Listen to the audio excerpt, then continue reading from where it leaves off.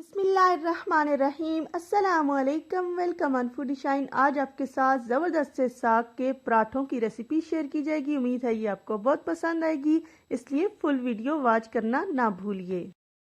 आज की वीडियो में हम साग के दो किस्म के पराठे बनाना सीखेंगे और बहुत ही आसान स्टेप के साथ। सबसे पहले हम उसकी फिलिंग तैयार करेंगे। साग पराठा की फिलिंग के लिए हमने साग का सालन लिया, उसकी फुल वीडियो आप फूडी शाइन पर वॉच कर सकते हैं। जब हम इसको पराठा के लिए लेंगे, ये तकरीबन 4 अदद पराठों के लिए सालन लिया है। इसमें हम आधा चाय का चम्मच सुरख मिर्च शामिल करेंगे और आधा चाय का चम्मच ही नमक शामिल करेंगे। पराठे के लिए जब सालन तैयार किया जाता है, उसकी फिलिंग बनाई जाती है, तो उसमें कैजुअल से थोड़ा सा ज़्यादा नमक मिर्च डाला जाता है ताकि अच्छा टेस्ट आए। अब हम इस फिलिंग को अच्छे से मिक्स कर लेंगे ताकि नमक मिर्च उसमें मिक्स हो जाए, हल हो जाए। उसके बाद हम एक पेड़ा लेंगे। आम रोटी का पेड़ा, थोड़ा कदरे बड़े साइज का हो तो बेहतर है।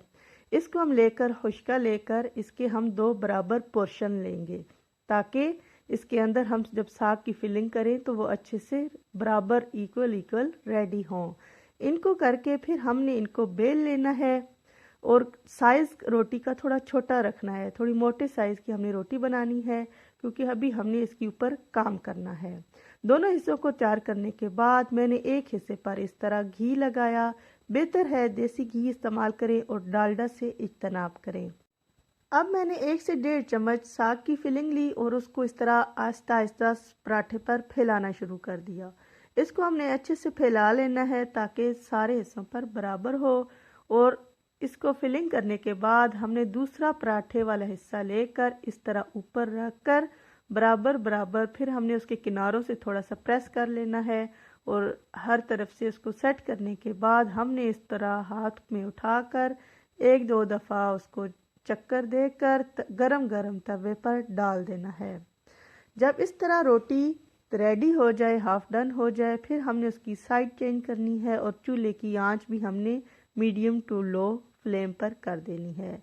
फिर हमने इसी तरह देसी घी लेना है और इसको पराठे के नीचे डाल देना है। और इसके साथ एक ख़ास टिप ये है कि हमने चमटे की मदद से पराठे को हिलाते जाना है ताकि वो हर तरफ से एक जैसे फूल लेकर तैयार हो जाए। अब देख सकते हैं उसकी एक तरफ पक चुकी है। इसकी अब बैक साइड को भी मैंने इसी तरीके से पका लिया। दोनों अतराफ से जब ये अच्छी तरह डन हो जाए, पक जाए और काले फूल बनने से पहले हमने इसको उतार लेना है। उसके बाद मैं आपको बताती हूँ कि हमने जब रोटी को तवे से उतारना है तो इस तरह की खजूर की चंगेर पर रखना है 1 से 2 मिनट ताकि वो अपना घी को जज़ब कर ले। और उसके बाद हमने इसको रुमाल वाली चंगेर पर शिफ्ट कर देना है। सरसों के साग के पराठे की 1 नंबर टाइप आपके साथ शेयर करने के बाद अब आपके साथ मैं दूसरा तरीका शेयर करती हूँ। उसके लिए भी हमने आटे का एक पेड़ा लेना है जो आप घर में इस्तेमाल करते हैं। इसको हमने खुश्का लगाकर इस तरह रोटी की फॉर्म में बेल लेना है।